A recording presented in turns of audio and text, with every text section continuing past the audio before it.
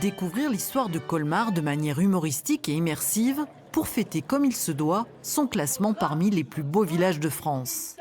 Capitaine, vous serez bien content d'avoir des culottes et des chaussettes sèches. Une autre façon de voir les richesses de ce village fondé par les Romains, ensuite cité stratégique au Moyen-Âge. Les touristes présents approuvent cette labellisation.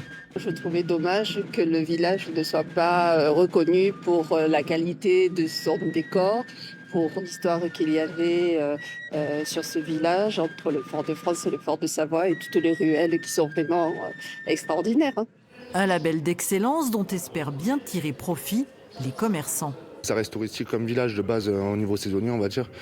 Peut-être que ça va se propager en intersaison du coup. Mais... Ça vous intéresse aussi? Ce serait super important, ouais, bien sûr.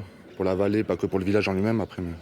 Et cela tombe bien, être reconnu plus beau village de France augmente en moyenne la fréquentation de 30 à 40%. Lorsque le label a été créé, c'était pour éviter la désertification rurale. Et donc c'est ce qui permet aujourd'hui de mettre en valeur le patrimoine.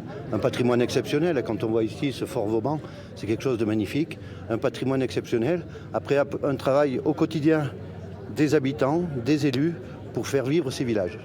D'ailleurs, les animations théâtrales sont en partie le fait des habitants du village. Les Dambiens sont sortis du néant et ont repris leur vie là où l'avait laissé la terrible maladie. Dès l'annonce en septembre de cette labellisation, avant même l'obtention du logo officiel, Colmar et ses forts remarquables ont attiré de nouveaux visiteurs.